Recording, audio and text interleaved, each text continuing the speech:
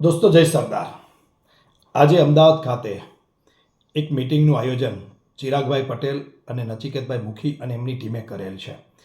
આ મિટિંગનો હેતુ એ ખૂબ સારો અને ખૂબ જરૂરી હેતુ છે. જે રીતે ગુજરાત સરકાર અને કેન્દ્ર સરકાર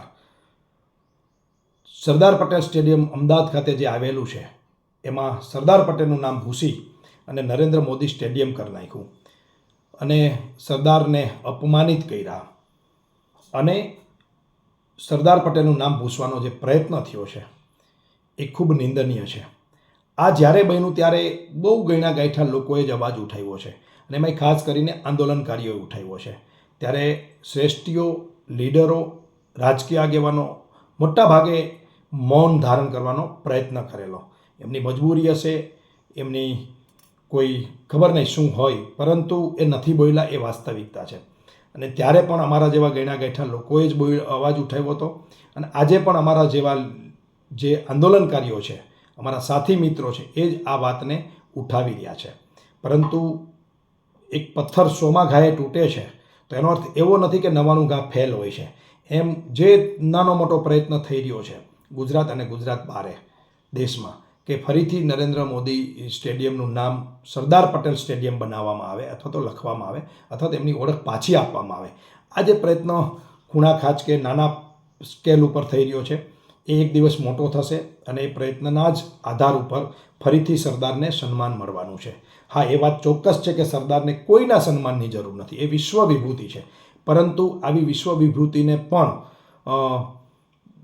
જેને કહેવાય નાનું અને ઓછપ આપવાનો પ્રયત્ન જે ભારતીય જનતા પાર્ટીએ કર્યો છે અને નરેન્દ્ર મોદીને મોટા બતાવવાનો અને મોટા ચિતરવાનો જે પ્રયત્ન થયો છે સરદારને નાના બતાવીને, એ ક્યારેય સરદાર વંશીઓ ચલાવી ના લે.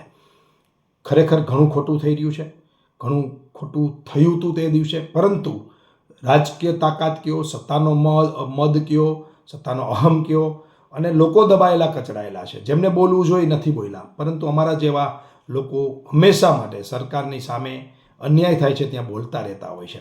એટલે સરદારને ફરીથી સન્માન મળવું જોઈએ એ વાતની મિટિંગ આજે જે અમદાવાદ ખાતે થઈ રહી છે એનું મારું સમર્થન છે. પરંતુ અનિવાર્ય કારણોસર હું ત્યાં પ્રત્યક્ષ હાજરી નથી આપી શકું એમ, પરંતુ પરોક્ષ રીતે મારી હાજરી છે. તન મન ધનથી આ ટીમ સાથે છું, આ વિચાર સાથે છું. સરદારને ફરીથી સન્માન મળવું જોઈએ, આ સ્ટેડિયમનું નામ સરદાર પટેલ સ્ટેડિયમ ફરીથી બનવું જોઈએ એ વાત સાથે પહેલેથી આજ સુધી છું. અને જ્યાં સુધી એ ફરીથી સન્માન નહીં મળે ત્યાં સુધી એ લડત કોઈ પણ લડતા હશે, એ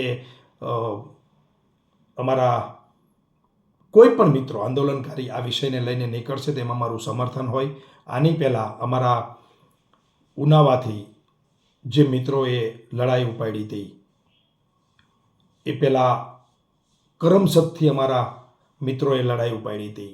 આ બધા જ લડાઈ ઉપાડનારા જે મિત્રો છે એમની સાથે છીએ, હરહંમેશ એમની સાથે રહેવાના છીએ. મિત્રો, સરદાર પટેલને સન્માન મળવું જોઈએ એ વાત સાથે હું હંમેશા માટે લડતો રહીશ. આજની મિટિંગમાં મારી હાજરી પરોક્ષ નથી, પણ જે કોઈ નિર્ણય લેવાય એ નિર્ણયોની હંમેશા સાથે છીએ. અમારા ધનજી પાટીદાર હોય, અમારા અમીન ભાઈ ત્યાંથી કરમસદથી હોય કે અતુલ પટેલ હોય, જેમને પણ આ લડાઈ સમયાંતરે ઉપાડી છે એમની હંમેશા અમારો સાથ અને સહયોગ છે. આવતા દિવસોમાં ફરીથી આ વિષય ઉપર જ્યારે પણ મિટિંગ બોલાશે ત્યારે અમે હાજરી આપશું. આજે અનિવાર્ય કારણોસર મારી હાજરી નથી, પરંતુ આ લડાઈ, આ વાત, આ વિચાર સાથે છું. અસ્તુ. જય હિન્દ, જય ભારત, જય સરદાર.